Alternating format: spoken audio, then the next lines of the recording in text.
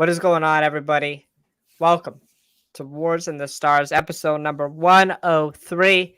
Today, we got an Ahsoka episode 1 and 2 review. Episode 1 and 2 came out last night. Episode 1 was Master Apprentice, and episode 2 was, what was it? Toil and Trouble. Toil and Trouble. But before we get into that, Alex, how are we doing today, my man? Well, I just told you I was supposed to get my refund for my old computer from Amazon today, and they're holding me over and they didn't send it, even though they said they did. Fuck you. Who owns Amazon? Jeff Bezos. Bezos, yeah. Fuck you, Bezos. But then apart from that, oh yeah, and yesterday I ordered food, of course, to watch Ahsoka. It's big times now. And I used DoorDash, and my Dasher called my brother because I use his account. Right. And he said, somebody took your food. So I'm not completing your order. Bye. Like, took your food. Some random ass person just took my food. Like from the restaurant. Did you get a refund? No, they remade it and somebody else picked it up for me. Okay. I literally was... Did you have to call the restaurant yourself? No, just contacted DoorDash support. But Got it. I literally was like, I am not watching this episode without anything to eat. I haven't eaten all day. So I waited until like 11 o'clock to eat and watch the episode. It was tragic. Tragic. I watched the episode as it came out at 9, and then I watched it at the second one around like whenever the first one was done. So I got it done, and then I went to bed. I went to bed after that. But nothing much going on with me. I was actually up at school this past weekend. I hung out with some friends, and back here, and I'll be back up this coming weekend, and we'll get going up there. Alex knows I got a setup. I got a setup up there. You can be seeing a nice, interesting setup. Be a lot more comfortable than this, honestly. But yeah, excited for that. So do we want to let's just get right into it, because it's gonna be a long conversation probably. Yeah, listen, Alex, what you think, my man? Just some general thoughts. This shit was so good. It was actually so amazing. It's actually like super uncanny how good it was. Really? Okay. Look, I'm not going to say I went in with low expectations, but I didn't go in with the highest of high expectations. Okay. So maybe that played a role into why my expectations got crushed. But man, I literally the entire time when the first episode was ending, forgot that there was a second episode, and I was like, no, you can't end it like this. And then I remembered, oh yeah, there's a second episode. Right. I think that is the best way to describe how I feel. I just didn't want it to stop. Yeah. That's how I describe this. For me, man, I had super high expectations because to me, Kenobi, Book of Boba, Mando 3, not good, not great. Lots of flaws, lots of qualms, obviously, with those shows. I hadn't had the feeling of like excitement for Star Wars since Mando 2. Yeah. Like real excitement that met my expectations and also was just genuinely good storytelling. To me, again, this just solidifies to me, like, I don't care what else comes out. I think Filoni should be literally doing every project. If I get less Star Wars, but that means Dave does everything, I'm good with that. Because, and I texted you this, I felt like I was watching George Lucas Star Wars again. I felt like I watched the original, I felt like I watched what George would do post episode 6. That's what I felt. It literally, especially I think that first episode, it felt very Phantom Menace like. All the parallels with like Darth Maul and Shin. But yeah, I loved it. As the one worry I had for the show was the Rebels characters and how would they translate on screen. And I think they all crushed it. I think they all did fairly well. Yeah.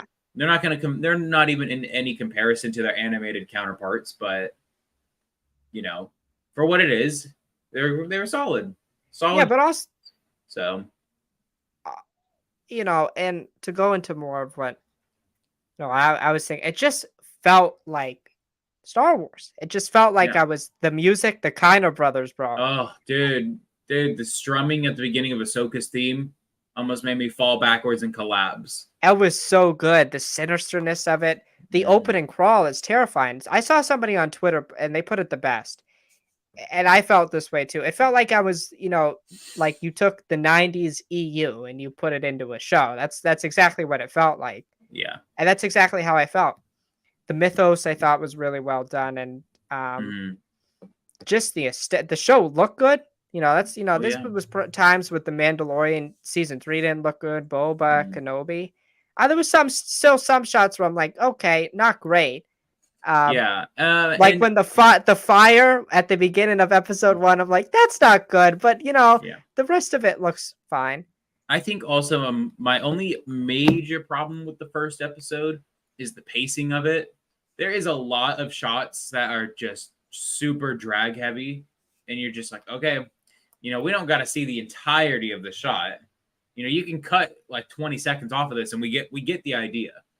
Like I don't know. I I didn't. I think didn't get the pace. I saw some people complain about it. I didn't feel the that. it's the Ahsoka like unlocking like the star map piece where she Yes. like we have to meticulously see her turn every single pillar. Just like, okay, man, we get it. You can do like a little bit of thing to like show she's had some progress in it, but you don't got to show us the entirety of her solving a video game puzzle. Okay. That would be my only thing. I think that's a big Dave Filoni problem too, is pacing. So kind of fits, but I listen. I uh, I have so many great things to say about Filoni with this. And mhm. listen, this was just the setup. This isn't even like the big shit that we're Oh getting. This yeah, was I just know. like the teaser, and this is already better than most of the stuff I've seen in the past 2 years. I mean, this Mhm. has the chance to really be on par with Mando season 2, and even better. I mean, Yeah. I really have no major qualms at all. Mhm. Like for me with the Rebels characters, right? I'm not as big of as a Rebels fan as you are. Yeah. And to me, I'm never looking for the one-to-one translation, but I felt like Mhm. they were enough like their Yeah. counterparts where I'm like, Yeah, but you also could with time too, right? yes. Like, you know, You could the Sabine way makes yeah. sense. You could just tell it was you could tell it was Hera, you could tell it was Sabine. It didn't feel 100%. I'd say they 80% was there, but Right. like the mannerisms, the move, like the gestures and all that was all one to one. It's just the voice, and granted, their voices are like their big centerpiece. But again, I don't think it's the worst thing in the world. No. But I Yeah. have seen a complaint, and I want to know your thought about it. It's actually about Ahsoka herself. I've seen a Okay. lot of people say she is emotionless in this story now. Emotionless. Like, yeah, you kind of see how she like is very like dry. She seems like she doesn't want to be there. Um, I I I would just refer back to when we first met her in live action. I feel like she's the same. It's kind of established, right? She's like, Yeah. it's very much, it's very clear to me, and we could go into this now because if anything, this is the only thing that confuses me. Or I'm like, okay, that's interesting. I wouldn't go there with the story beat, but Mhm. the whole thing with Ahsoka and Sabine, right? Yeah, I'm still really confused because it's established Ahsoka trained Sabine. Mhm, When this happens, who knows? right, It's also established that Sabine is not a Jedi. not She's force not sensitive, force sensitive. She's only being trained in Jedi philosophy, correct? combat. Yeah, Why would Sabine want that? Sabine literally in all of Rebels showed how she like didn't understand the Force and didn't want to understand it either. So the weird change for her to all of a sudden want to be a Jedi, a Padawan, and referring to Ahsoka as master is nuts. Yeah, it's just a little off-putting. And again, I think it's a little off-putting for people who have watched Rebels, for Mhm. sure. I think if you don't watch Rebels, it's like, okay, I can kind of see this happening. My question to Dave would be, when does this happen? Yeah, I don't see in the timeline where does this occur? Or does she train on Lothal? Because that was kind of the thing that this series and the Rebels epilogue said is that Sabine stayed on Lothal, waiting for the Empire to retaliate, Right. and that attack never came. Correct. And so it's Yeah. kind of like, what are we doing here? When did Right. this happen? Why did Right. this happen? I think you can. I think what they're gonna say is Sabine felt beholden to take up the mantle that Ezra left. I think that's even established in the Oh episode yeah, when we yeah, see the yeah. recording again, right? But it's just interesting that like it's weird to me that like Ahsoka. Well, not really, because we discussed this with Grogu, right? How she wouldn't train Grogu. But I think the deeper meaning there even was that she had somebody who would be her apprentice. But I also think for Ahsoka, it's like a guilt thing. Um, Mm, I definitely don't believe she was emotionless because we could see some guilt in her when she discusses leaving Anakin, when she talks to Hera in episode 1, and how Sabine herself was reluctant to be trained, right? And she's noticing the pattern she had when she left the order, and you can kind of get the sliver that she feels responsible for what happened to Anakin. Whether yeah, she even says it. She says, uh, we leave, and we believe the repercussions are our fault. And I think this is obviously a journey of self discovery for her, of her discovering that it wasn't your fault. It was yeah. always he was always going to fall. It was never about you. Mm, Um, so yeah, I don't agree with. I haven't heard that. I just feel like Ahsoka at this point is if Dave equates her a lot to Gandalf, right? No, that famous drawing that he has is of like, yeah. "Oh, I'm not dead yet." Everybody thought I was dead. She's very stoic at this point. We have to remember Mm, she's 30 years older than like the majority of her appearances are. So, yeah. and she's seen a lot. So I don't believe she's emotionless. It's just a stoicism that she has. So Yeah. I don't I disagree with that. Yeah. And I agree. I don't think she came off as emotionless. I think it's more of a sense of like you got to kind of understand perspective, like the character perspective at this point as well. Ahsoka of anybody would deserve to be kind of that stone face hero. Right. She's gone through it all. Yeah, Um, literally at all. Yeah. and so I don't think it comes off as emotionless to me. I can definitely see people getting upset about um, kind of the stark differences between her animated to live action performances. But then again, I also have to get like time period. So I can understand the criticism, but I also at the same time kind of can't. I, the only thing I would ask to those people is, does it feel so uncanny that it's not Ahsoka to you? Like, is it that? It's because it's never gonna be 1-to-1. You're never gonna get 1-to-1. Yeah, it never will be. And yeah, so I don't think it's so uncanny. It's not Ahsoka to me, but I can definitely see it. Yeah, I mean, sure. Yeah, sure. I get that for sure. Hmm. But um, you know who I couldn't believe was in the episode? Ryder Dude, I Azari. popped so hard. I popped so I'm like, is that hard. the wait? I couldn't remember his name. I'm like, is that the guy from like the village there? The Yeah, ref? I'm like, oh, that's I Ryder. I saw I saw who it was. I was like, hey, that looks like Ryder. And then I heard the voice, dude, and I literally almost flipped backwards again. I was like, oh my god.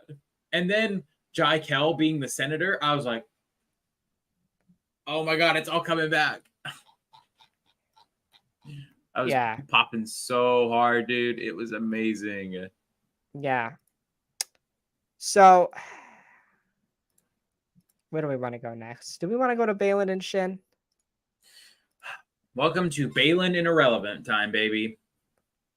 Dude, I don't know how you don't like Shin. I just don't like her. I I don't know don't get this. I why. don't get this. She was badass, man. No, she just comes off as like just there to me. I don't know, man. I don't know why. I don't know why I have this like What did you vendetta. not? Is it you just have a personal vendetta, or is there something that you had problems with? I just can't connect to her character. The problem is I feel like in the very limited amount of time that we got to see Balin, I feel like I got a grasp of what his character was about like instantly. I don't get what Shin's purpose is. I just don't see it. And I feel like it's just because I don't know where she comes from. That's kind of like the problem is we see that she's this uber, not powerful, but in the scope of the story, powerful being. Right. And it's like, who is she though? I don't know you. I feel like I'm like Patrick going, who are you people? That's how I feel like. And I don't know. Like I just don't get her. Maybe that's I think where I'm coming from is I just don't get it. What I really like about Balin and Shin, and the more I think about it, they're kind of like the antithesis of Obi-Wan and Qui-Gon. Like I get like they're kind of the reverse. You know what I'm saying? You know how you got the Yeah. Phantom Menace vibes? Like Yeah. they're kind of like the reverse of those two. Balin is so interesting to me. I'll go to him first because while he's a mercenary who is not obviously beholden to the Jedi code, he still like has some moral qualms with like Yeah. I wouldn't say killing people because he literally killed the whole ship, No, but no, moral qualms with going up don't say against the yeah. Jedi, right? He still has some infatuation or appreciation for them, even though he's left it. And I would think he personally believes that they abandoned him, but like we all know Yeah. what happened there. He's still, he's not fully evil, right? Because he's not like he works with Elsbeth, but he even is like, um, yo, you're crazy because Elsbeth thinks she's here on Thrawn. He's like, nope, you're crazy. Yeah. He's very centered Mm.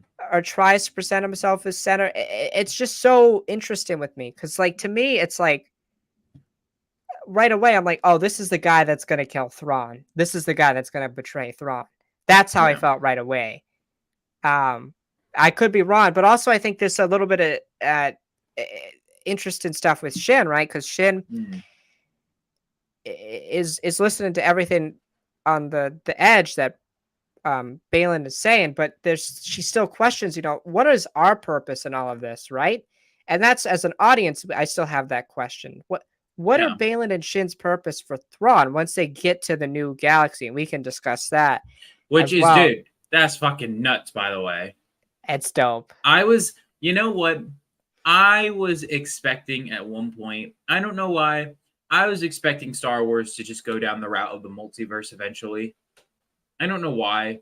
Just feels like such like a Disney thing to do at this point. You Hmm. just be like, fuck it, Star Wars got the multiverse too.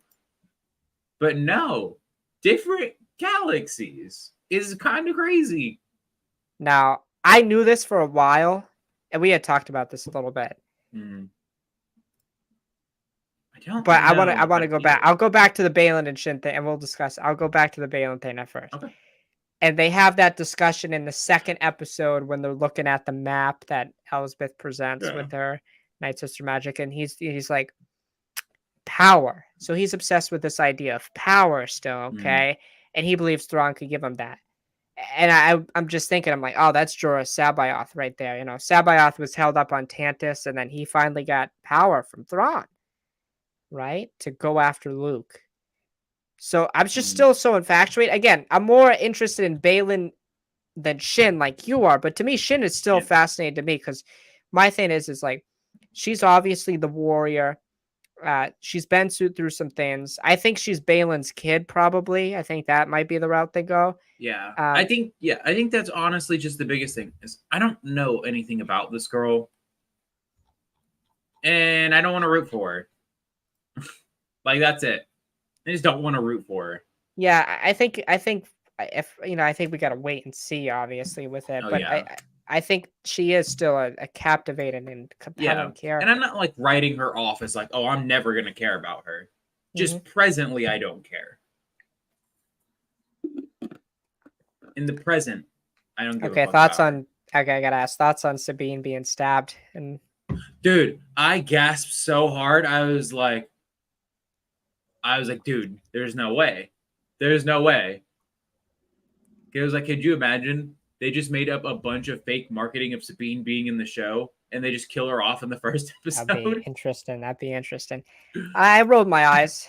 I guess that would be my biggest. I'm just so tired of this shit. I feel like I would have liked it more if it was like at a later episode, like if her first encounter with Shin happened later. Because it kind of is a cheap thing to make you like get worried and want to watch the next episode. But like, dude, I don't think I would ever forgive Disney if they did a 1 episode release for this premiere. I would have had to think for a week Sabine was like critically gonna die. But we knew she was gonna live from the marketing and Oh yeah, like. yeah, yeah, yeah. But it, oof, Also, ugh. it just do the hand. Well, I mean, I could buy it. She got like stabbed at the very like Oh my god. farther end of her chest. But still, Okay. it's like the logical like leaps. That was loud, holy. The logical leaps. Again, like just always like stabbed in the chest, always. It's just like everybody lives from right now. When's the last person who has died who's been stabbed? Like literally, quite Qui-Gon. literally. Oh, actually, no. No, no, no, no, no. The guy at the beginning of the episode. Yeah, he could, because he quite literally got stabbed through the chest and the stomach. It was in one swallow motion. Yeah.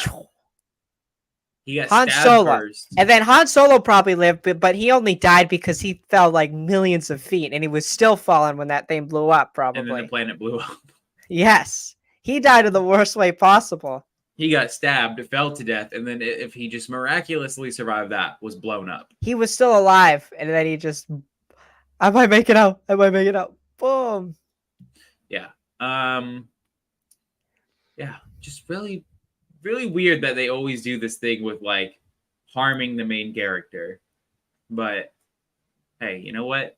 Everybody's got to go through it. Luke went through it. Anakin went through it. I'm sure Ahsoka's going to go through it. Ahsoka's going to lose an arm in the series. Ahsoka's never really lost anything like that. She's lost everything, but She's lost, but nothing nothing of physical. her physical self. Yeah, no physical harm. Dude, I want to talk about intergalactic travel, baby. Yeah. How? So What is going on here? I knew about this. I knew it was called. It's called the New Beyond, but it's straight up a new galaxy. I thought. I love it. Yeah, I do too. I think it was hella unique. I was like, I wouldn't have thought of that. I wouldn't have thought of that. I would have thought they would have went some other way. It kind of does lead to the credence of like, okay, well, damn, Star Wars really can just go on forever. Because now we can just be like, oh, we're gonna go take stories in this galaxy now. We're gonna leave our galaxy and go to another one. Right. So yeah. But also, yeah, I mean, to me, it opens up so many new avenues, right? Yeah. I mean, what is the Force like in that galaxy? Right. I won't say. Spoilers. All I'm gonna say is Night Sisters, and that's all I'll say. Type in the private chat. I must know. Okay. Okay. Is it people? Is it like massive? I would say it's pretty big. Okay. Let's see. It's Star Wars big. Okay, Star Like Wars. Big. it's big for Star Wars Oh lore. God, he's taking a while to type, folks. This is big.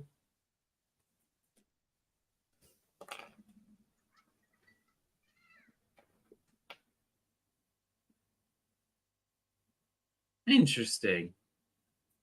Interesting. Okay. One more thing. Sure.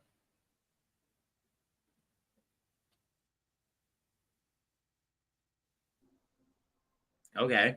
That's weird. Oh On God. there. There you go. On there. All right. Are you okay with that? Sure. I don't know. I gotta see it first. Or rather It's just not. I so don't know. so interested to me. Like, obviously the big talk during the sequel trilogy in that time period was the buildup of the unknown regions, and then the unknown regions. Let's be honest here, the unknown regions kind of bullshit. Not gonna lie to you. Well, yeah, after the presentation of a new galaxy, the unknown regions is just like downtown of your favorite city. Right, Just but don't I'm just saying just in don't care. general, the unknown regions kind of lame. Yeah, now it is. In perspective of there being like other galaxies, like yeah. It's Yeah. kind of weird though to think that the Purgil took Thrawn and Ezra that far. How does that even? Yeah, I just have some questions. And that would also kind of imply that Hmm. because the Purgil use hyperspace, anybody could go. Is anybody capable? Yeah. What's up with this? I bet it's going to be explained that like certain conditions could allow anybody to go. It's kind of like in Star Wars Jedi Survivor. There's this little thing you go through on Kobo to this it's to this like fabled world called Tanalore, where the God, what the fuck are their names in the High Republic? The Marauder people. I forgot their names. Oh, the Nile. The Nile, where the Nile couldn't find this secret Jedi outpost. Correct. It's kind of like that. I bet it's kind of a thing of like if you get the best way there, you can always go, but I don't know. I have no clue.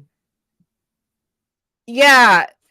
Again, we learned that there's a center point that you have to travel from to get there, right? Yeah. Which presumably I think is going to be confirmed to be Lothal. You don't think it's that planet they were at?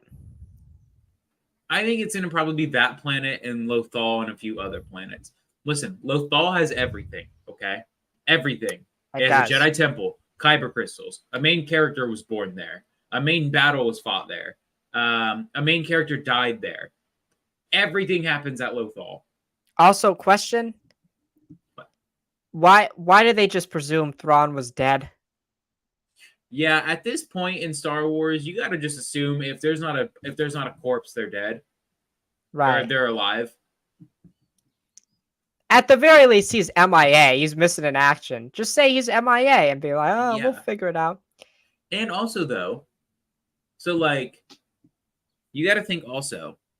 Do you like how is Thrawn amassing resources right now in this other galaxy? What is he doing with Ezra right now? I have answers, but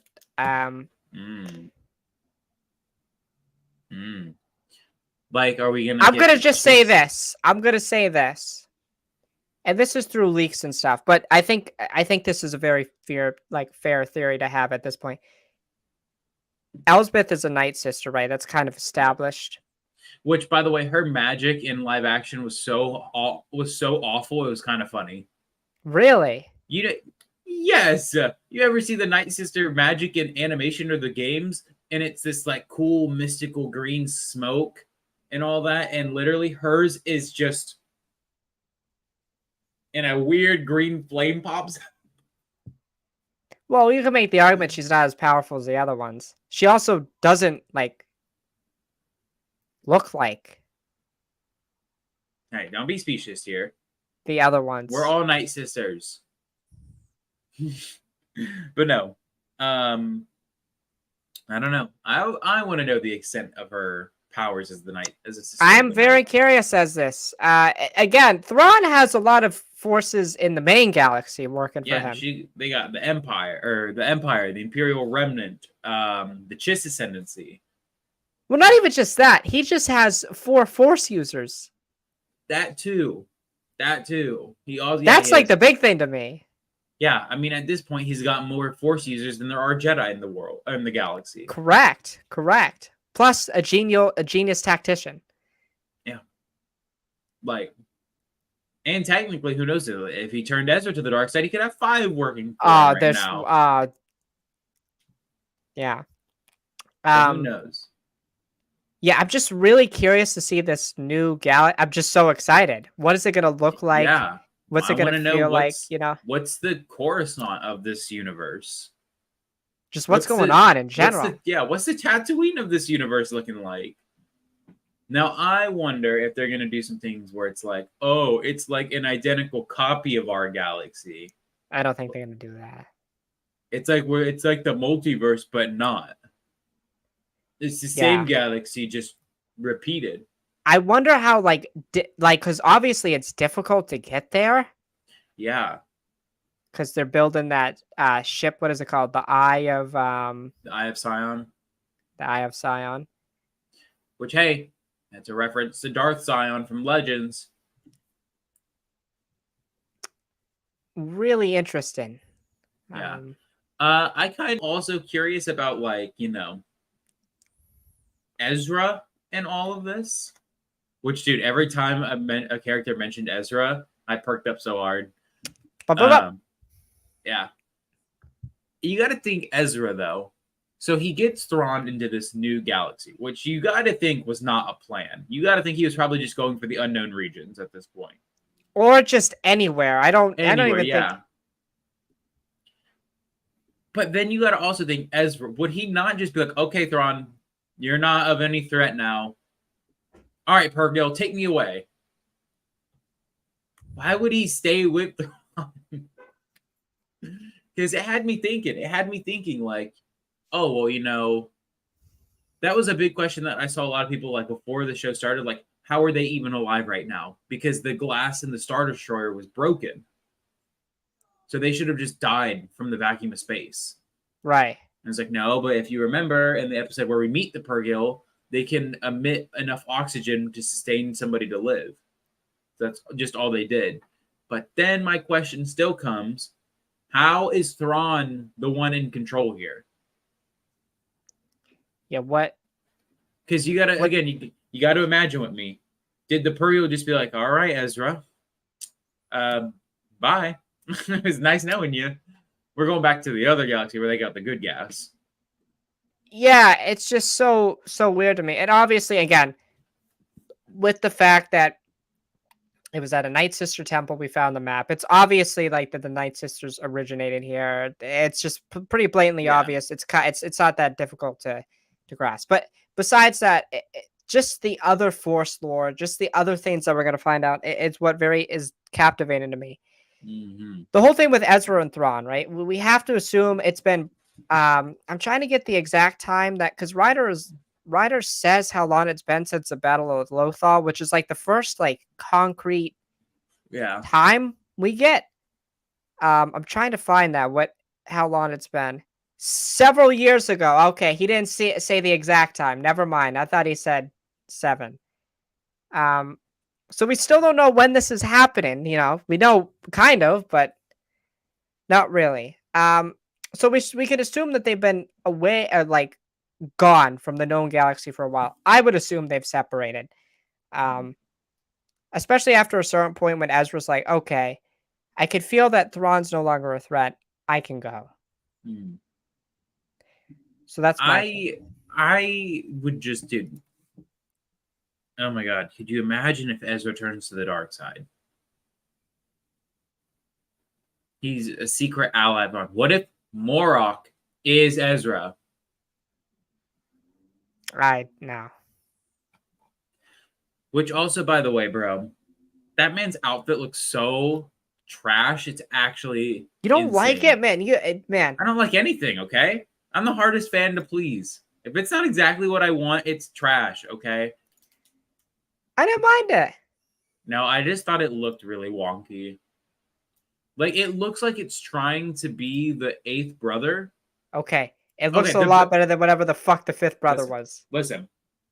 You know what he is? He is, if he asked the eighth brother to copy his outfit, but to make it look like he didn't copy. Right. That's what he looks like. And Okay. also, again, it's confusing because, again, they're not telling us anything, which I don't think is a bad thing. Okay, let me put it out there. I'm not a bad movie or TV series viewer. I'm not going to cry my ass off because I'm not getting told stuff. I know I got to wait. But it's like, dude, come on. You're raising so many questions right now. Like, what questions do you have? Who is this guy? Who is Shin? Why is Ahsoka so stone-faced all of a sudden? Okay. Like, the necessities. Why is Hera such a baddie, bro? Like, okay. Jason, I'm hearing you're out of a father right now. Okay.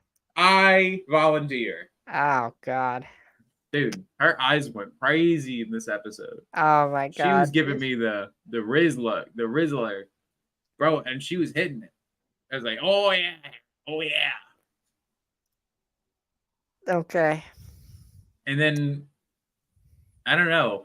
I have to ask you a question. Do you think the ending of episode 2 was not a retcon, but a more modern version of the Rebels epilogue ending?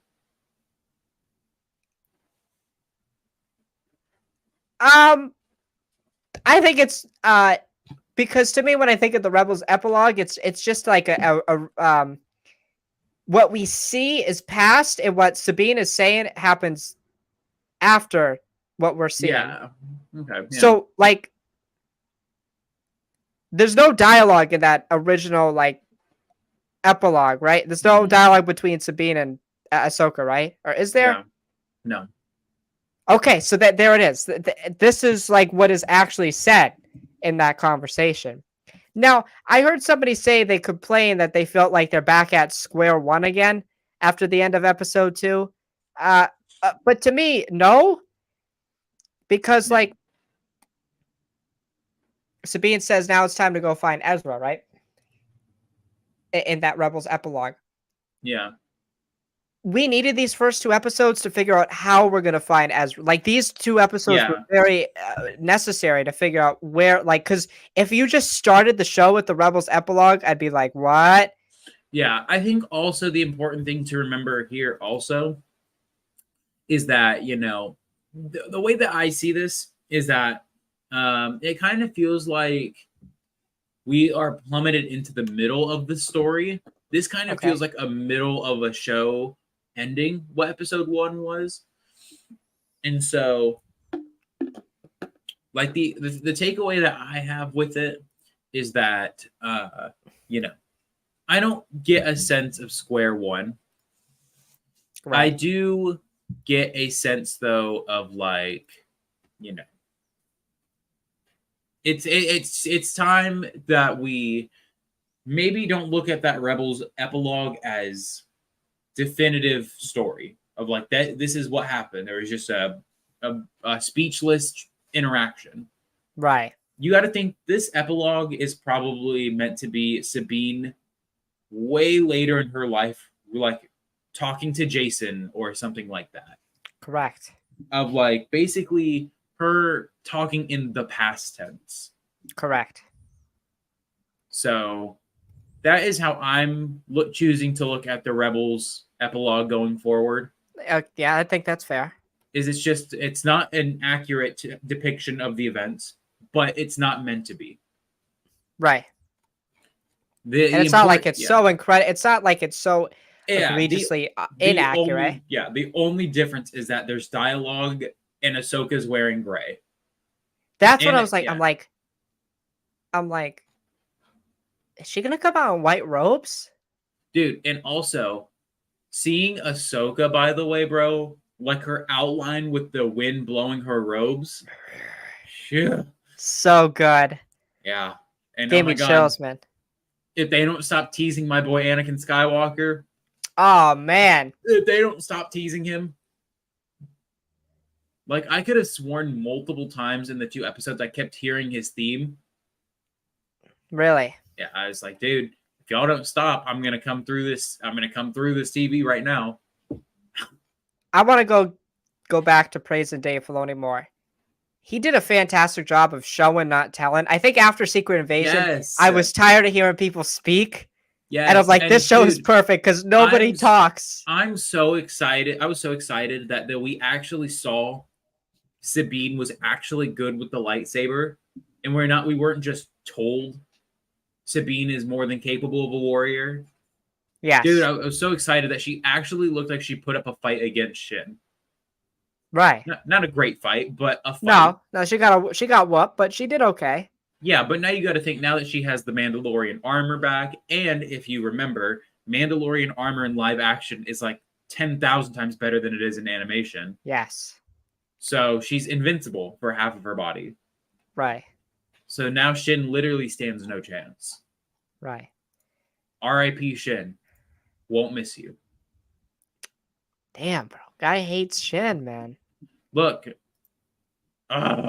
she reminds me of if Darth Maul was a girl. Like, Is that a bad thing, though? Is that a bad no, thing? Phantom Menace Darth Maul. That's not a bad thing. That's an awful thing. She has How is no that a bad purpose. thing? She has no purpose other than just to like be there. Okay, some characters just have to look cool.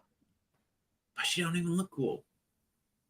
She also like sounds like she flirts between like multiple accents. So I'm just like, bro, are you supposed to be giving off like the basic American, like Swiss, like pick an accent. You're not Leia Organa. You don't get to choose. This isn't a choice of the matter. Choose one. Man, I just think the showing, not telling was done fantastic, especially the opening Ahsoka scene where it's her in the temple. Yeah. Also, oh, since you're speaking about Ahsoka opening, the opening crawl. Damn, that was good. Like Dude, I was saying, that I'm felt like telling right you, out of a 90s EU. But I'm telling you, every single series from now on should have those. it was terrifying too. It was like the red text, the dark and ominous music. It just kind of, it's a thing that like, for fans who didn't watch Rebels or haven't for some reason watched the Mandoverse, you're caught up enough. Yeah. You don't know everything, but you know enough. Yeah. It's also, dude, it's so important to remember also, like, Mando season 3 is concurrently happening right now. Right. Do you think we're gonna see a scene of Sabine finding out about the Night of 1,000 Tears?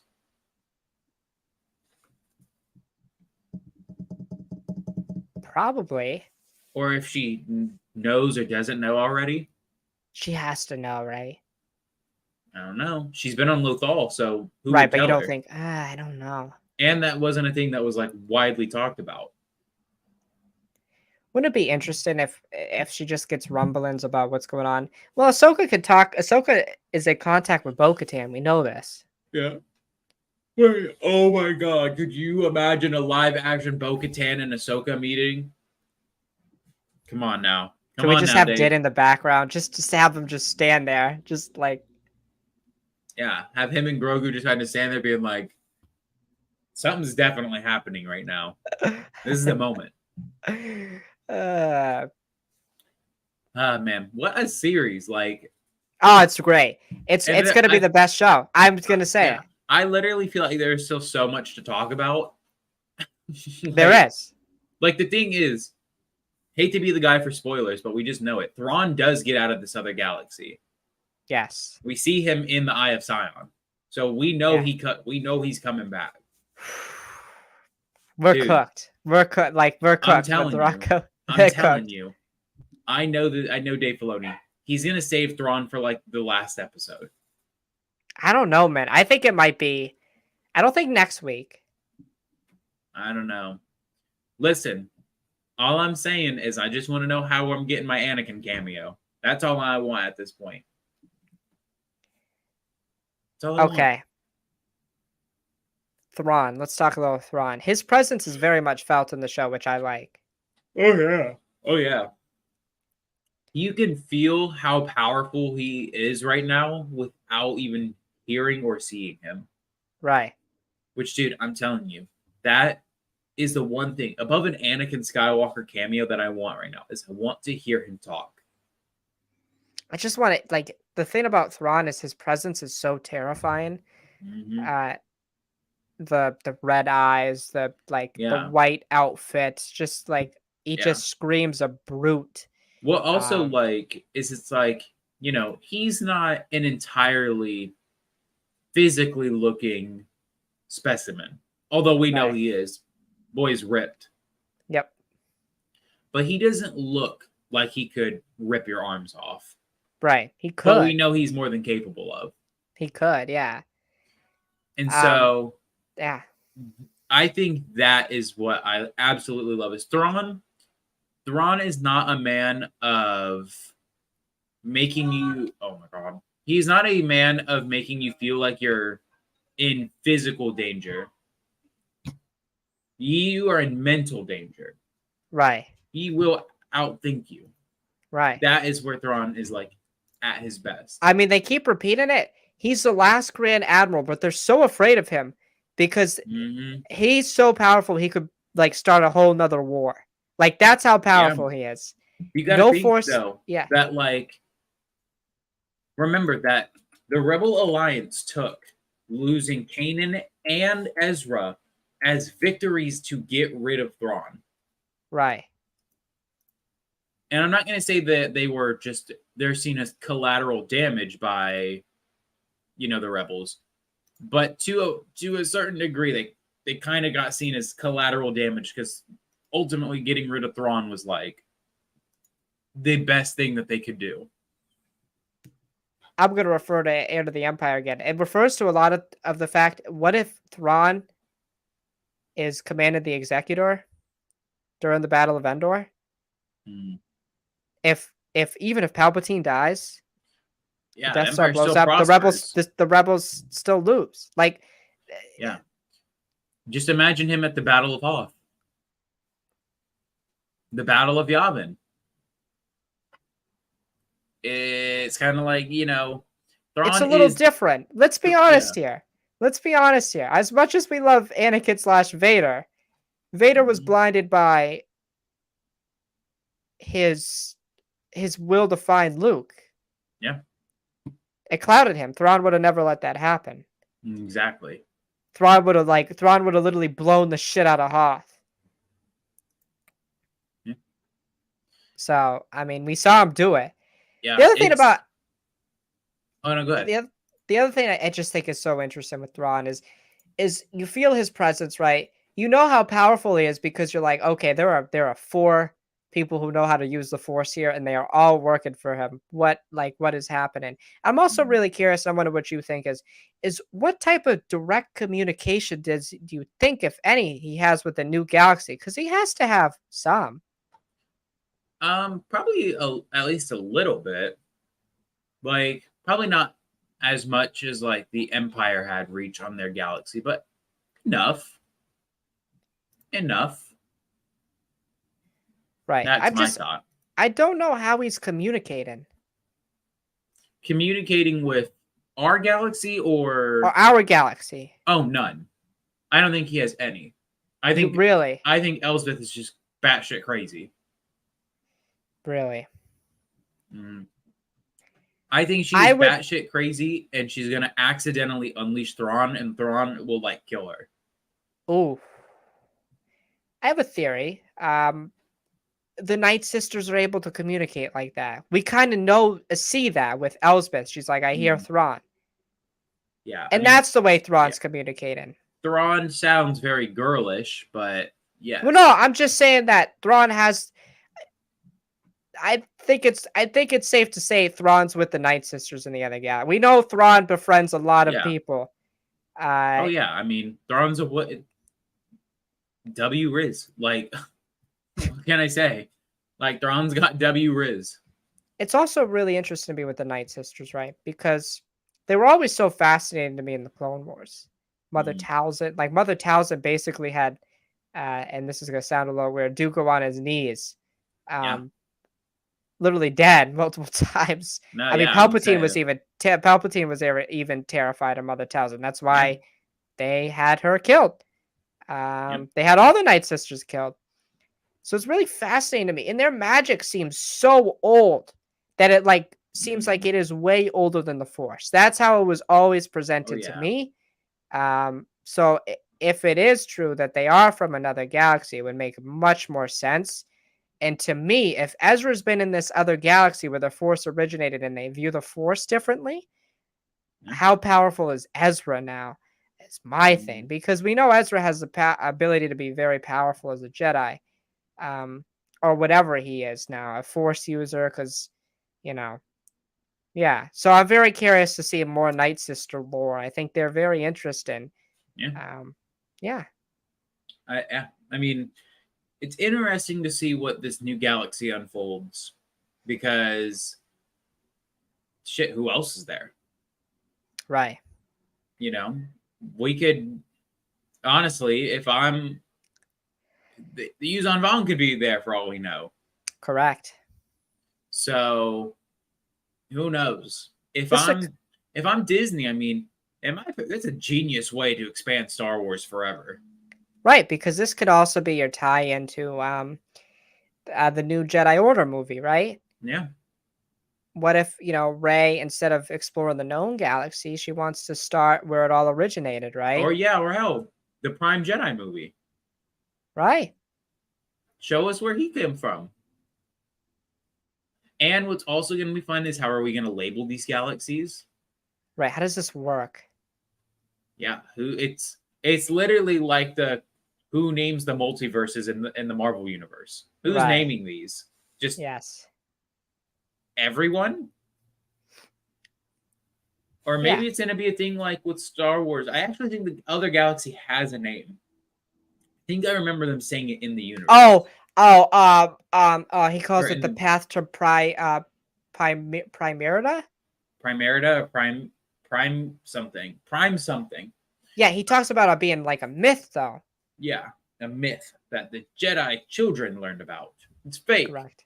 Fake news. I'm going to find it. But yeah, I don't know. I literally I'm actually so hooked on the show. I actually just cannot physically wait one more week for one episode. Now, granted, I, next week we're gonna get shafted with only like a 30-minute episode, yeah, it's going to be short.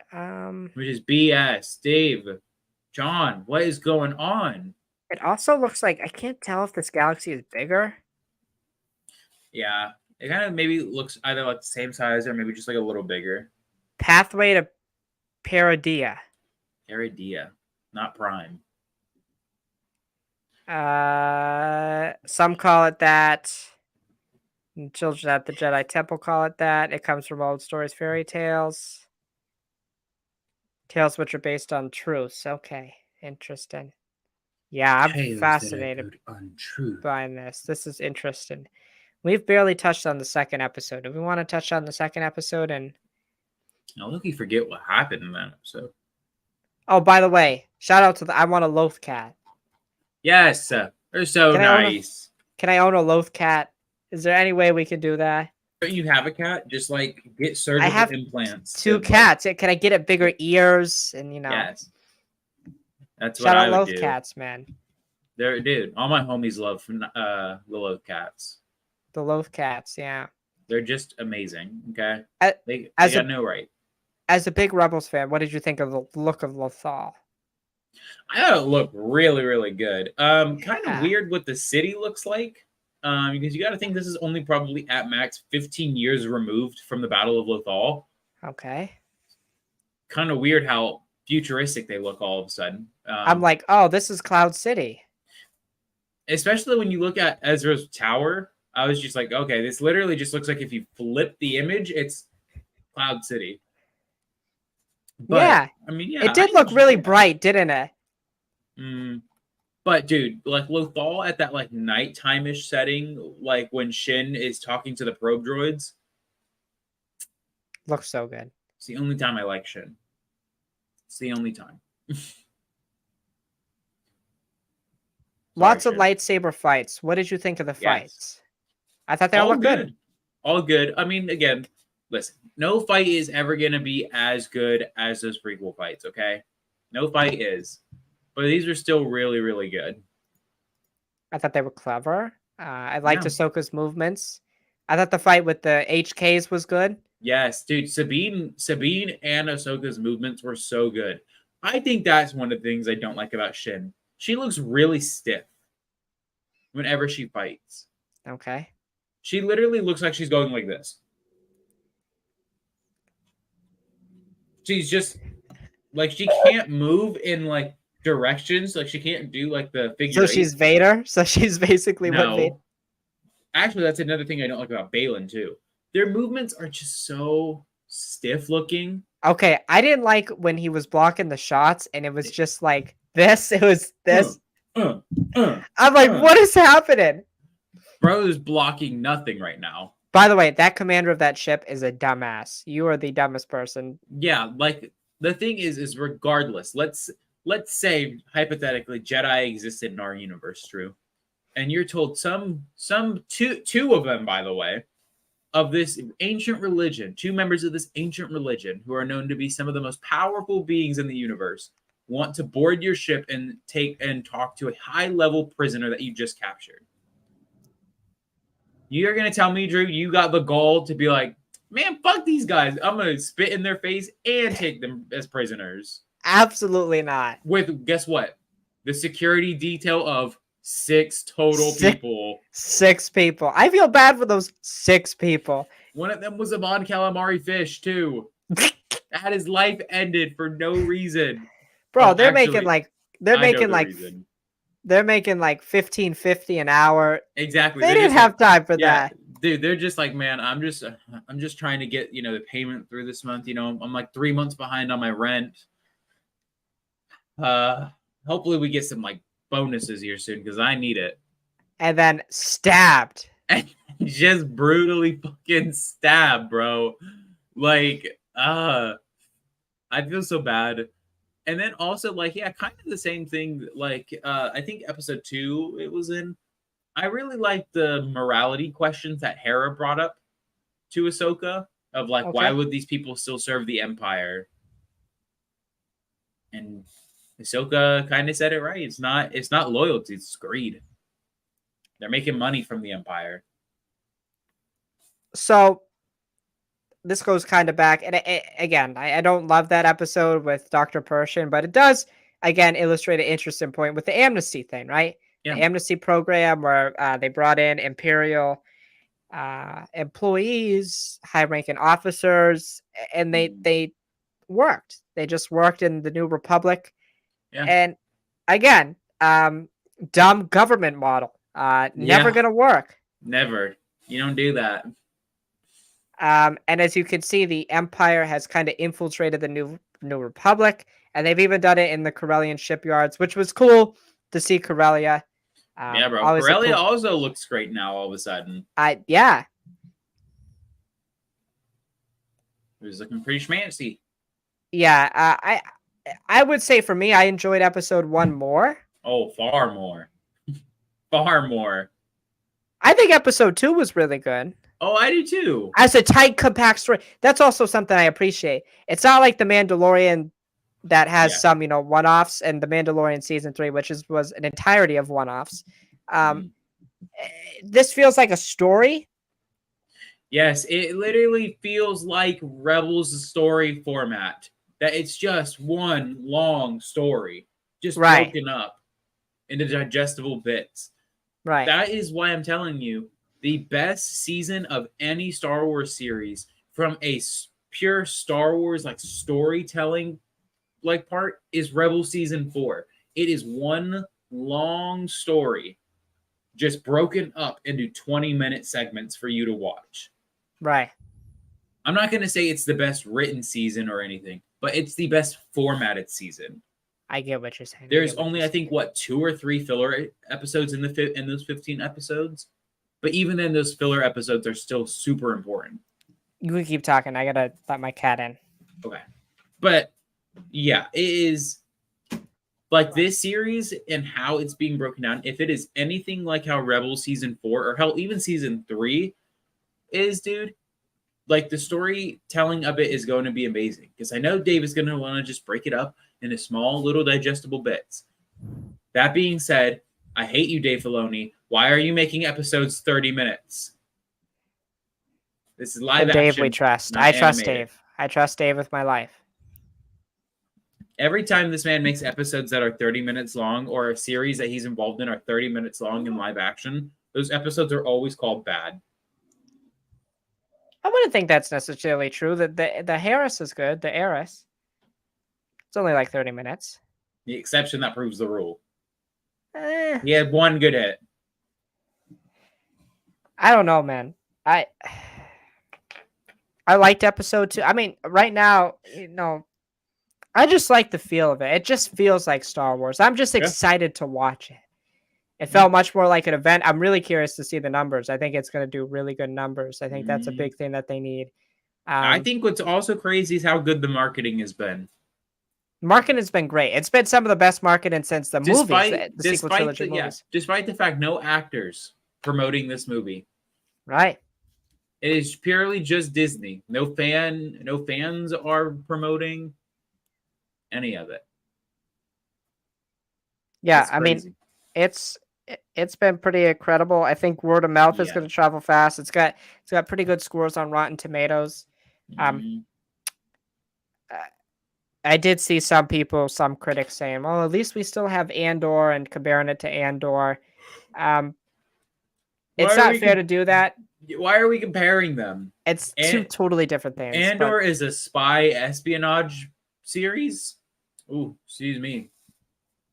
And Ahsoka is a Dave Filoni, George Lucas project.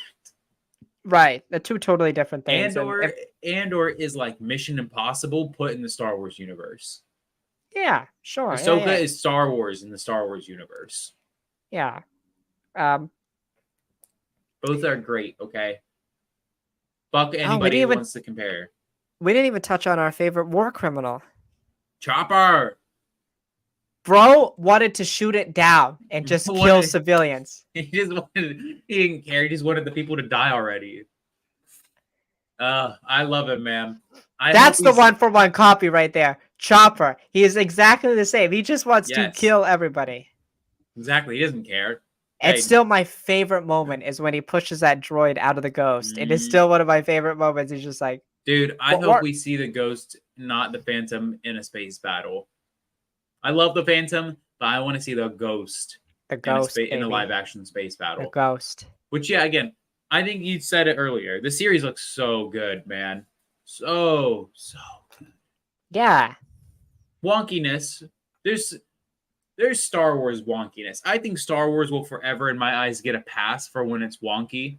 Right. The original trilogy is very wonky. Yes. And the prequel trilogy, too. Yes.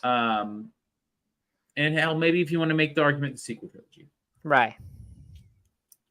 But man, it looks so good. The lightsabers look perfect in this series. Yeah. I think they are the best that lightsabers have ever looked. Yeah, they finally felt like movie lightsabers. They did. My problem with the Mandoverse lightsabers is they kind of felt like glow sticks. Right? It's the same way I felt with Kenobi. Yeah. It felt like you were just like you were hitting sticks that had light around them. Right. With these, like Ahsoka is literally like using one of them, like she stabs the HK droid and is like doing all these spins and twirls around, like fighting. Like, dude, that is another thing. They got Ahsoka's movements in this series, like her lightsaber movements, like weirdly perfect for somebody who is like an animated agile freak. Right. Yeah, it's so weird because she in animation you could kind of make them do what they want. Like, yeah, like let's not forget. You remember in Twilight of the Apprentice when she fights Vader, she does in one swell motion. She jumps up, kicks Vader, and does like a half spin, Slice. like slash at him, in one fell movement. Yeah, And I was impressed. I was yeah. impressed. I think Rosario's done a great job. You know what her fighting felt like? It felt like season 7 Ahsoka versus Maul fighting. It felt like that. Yeah, we also have to remember she's not. She's older, so she's not as agile. But also in general, like she's much. Again, it goes to more of the stoic thing. Like she's much more patient when she fights. She doesn't have to be the aggressor. Absolutely. Yeah. What a series, man! I am excited. I am excited. I am worried that one bad episode could derail the momentum of the show, kind of like what happened with Kenobi. But I literally cannot wait till next week. I know. I'm super excited. I just can't. I am like on the edge of my seat right now. I loved it. Yeah, I mean, I think for me it was fantastic. It's got potential to be Dave's best work, and again, it like I said in the beginning of the episode, reestablishes to me that he is the heir apparent to George through and through. Yep. And again, George wasn't perfect, but it was Star Wars. You know, there's a feel Mhm. to it, and he understands that feeling the most. And if I got less Star Wars, but it meant more Dave, I'd be fine with that. Yeah. Again, and Dave hasn't been perfect. Dave not at directed all. Dave directed episode 1, and I thought from a direction standpoint it was really good. I don't think it was his best episode. I still think the Jedi was his best episode. Oh yeah. But it was still good. It's still again, I still saw signs of improvement, I think. So he's well on his way. It felt like I was watching a movie. Like this felt like those 2 episodes should be on a movie screen, right? We're deserving of that. Yeah, he was fantastic, I think. So I'm really curious to see where it goes. Episode 3, excuse me, it's gonna be a little bit shorter. Bogus. But we shall see. Do you got any predictions for episode 3? What do you think we see? I had no clue. I gotta be honest. I had no clue. I do. I agree. And I think that's good. I think that's a good thing. I think we'll be much more clearer by the end of next week. Yeah. I want to see Anakin. Give me too, Anakin. Man. I want to see Anakin more than you do. There you go. I do. I do. Yeah, I mean, very good. What would you rate the first 2 episodes? I would rate episode 1 a 10 out of 10. Okay. Perfect 10. Perfect. I would then rate episode 2 an 8 out of 10. I think I'm sitting for both somewhere around an 8, 8.5. Both very good. No. Yeah. I mean, it's doing pretty well. If we can stay at this, it will be right around Mando 1 and Mando 2. Yeah. And maybe we'll be the best Star Wars show. So who knows? I mean, very hopeful. I will always hope. Is this the show? I don't like using the word, but for me, Star Wars was, dragging a little bit. I wouldn't say like save Star Wars, but would this be the show that gets me like re-hyped and re-energized like Mando 2 did? So I'm very hopeful that we'll do that. Okay. All right. Man. I got a question of the week. Do we want to do this really quick? Sure, yeah. All right, so Disney is releasing steelbooks. They're releasing disc for The Mandalorian Season 1, The Mandalorian Season 2, Loki, WandaVision, and Falcon and the Winter Soldier will be coming that they announced. Actually, what do you think about this? It's bullshit. It's bullshit. Really? Yes. It literally, there is now no reason to pay for Disney Plus. There's no reason. They're just gonna release the shit on hard copy. Right, but to be fair, they did it with shows that were like 2 and 3 years old. Don't matter. Ahsoka's gonna eventually get released too. Right, but what if they do it? The thing about Barbie is going to be on streaming in 2 weeks, and it would just be out of the theater. What the heck? We can't be doing that. We got to give some time. Remember when you had to wait like 6 to 7 months to buy the movie on disc? Like Yes. I feel like that's the way it's got to be. I don't mind this at all. I actually like it, and I'm not going to buy it per se, but I can understand why it entices people to physically own the copy itself, not just watch on the streaming service, but to have the cool cover art, the behind the Sure. scenes stuff that they're going to add that they talked about a little bit with some of the stuff. I think it's a really good thing. Companies that are in desperate situations oftentimes make good moves. I think Disney's a desperate company right now, and I think this is a good move. Maybe. Again, I don't like I don't like that this is happening because remember the whole pitch of Disney Plus was supposed to be you know, these big series exclusive. It'd be like if Netflix released Stranger Things. Well, then there's no incentive to actually pay for it then. But then again, I go back to it. I would they're only doing it with selective shows, and these shows are Mandalorian season 1's almost 4 years old.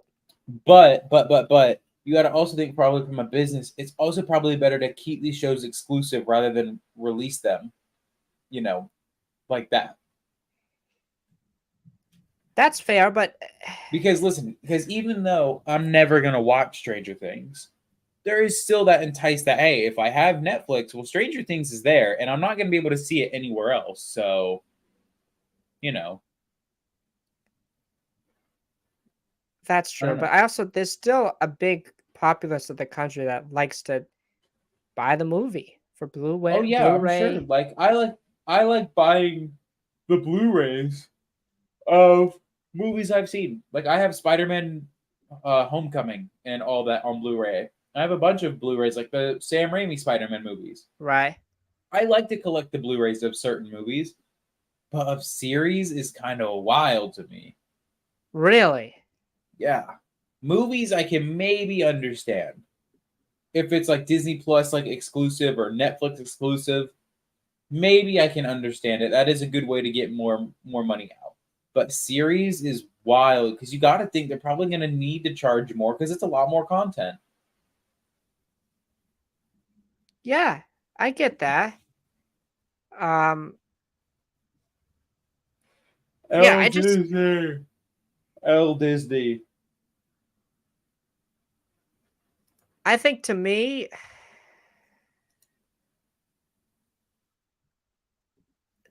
I think it's a good thing from a business standpoint, but also I think it's beneficial to because I think people just like owning physical things still. It still gets you a chance to physically own something. Collectors like it. I think just general Mm-hmm. audiences like it. Yeah. And I also don't think it dampens the Disney Plus thing because these shows again, the I think the youngest one out of all of them that are being released is Loki, and Loki by the time it's released will be 2 years old. So to me, if you're doing it 2 years after it comes out, it makes a lot of sense. You might get some exclusive content. And again, I understand where you're coming from, where the original premise of the app was to have it be exclusive to that. But again, I don't think it hurts that exclusivity when it's 2 to 3 years old. And I think if you do it for selective series, I kind of liked how they did it for just WandaVision, Loki, and the Mandalorian. Those were hit shows. Falcon and the Winter Soldier, and that's when I start going like, okay, are we gonna do it for Hawkeye now? Are we gonna do it for Miss Marvel? Like when No. does it stop? I feel like it should be for hit things, but I don't think it's a bad thing at all. I totally disagree with you, and I think that's the way they've needed to go. I think, in my opinion, I wish they did this with the Clone Wars season 7 too. I own all 6 seasons. I want or I don't own the 6 because the 6 doesn't exist either. I want 6 and 7, right? Yeah. I own the first physical 5 seasons.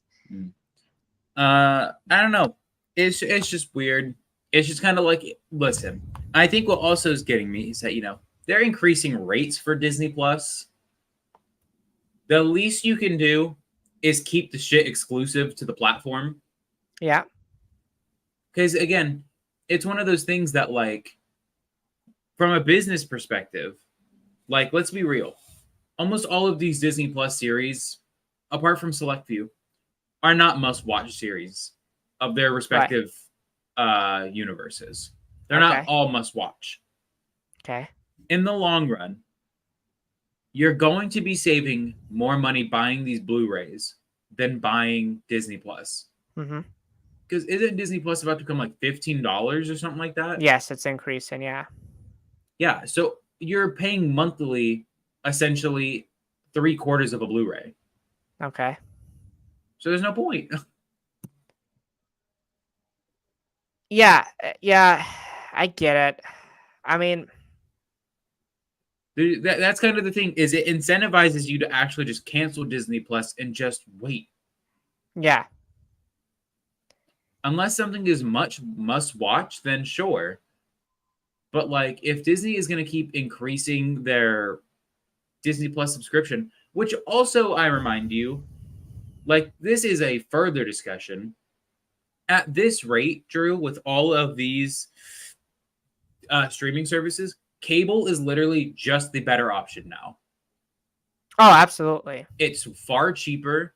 There's not much exclusive content to write home about that you're like, no, I have to own that service.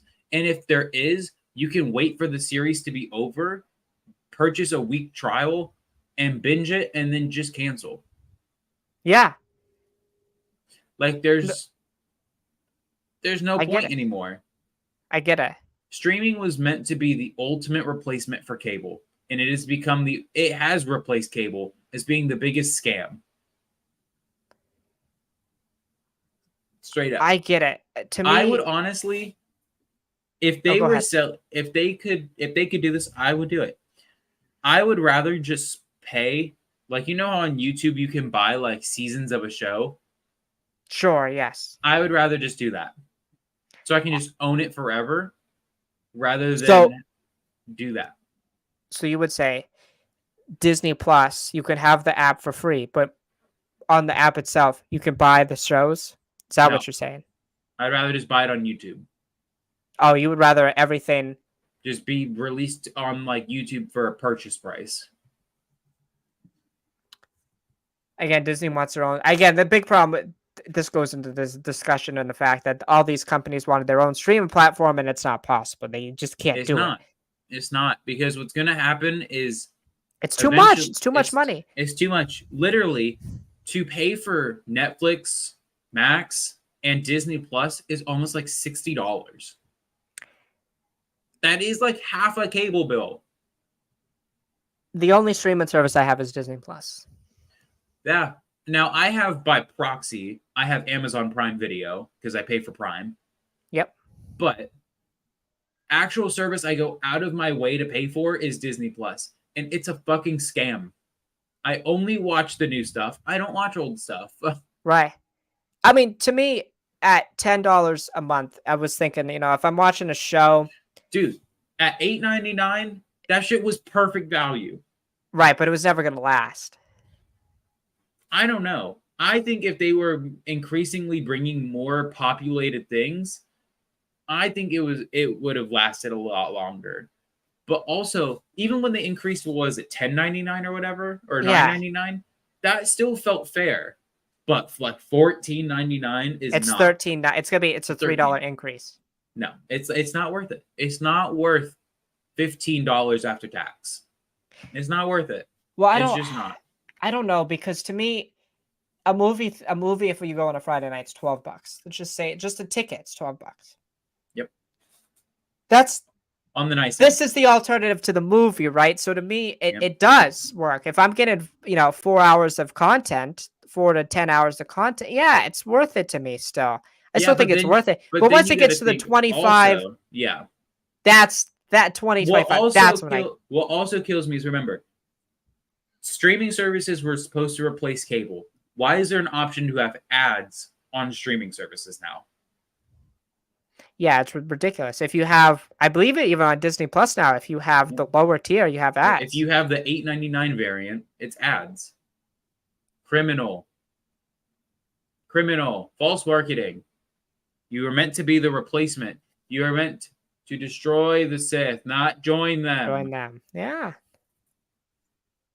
It's bad. Look, the only service that I recommend all people should buy is YouTube Premium. So you don't have ads. Yeah. And especially because they're also trying to crack down on ad bloggers now. Right. Just pay for YouTube Premium. Although that's getting a price increase too. Yeah. Tragedy.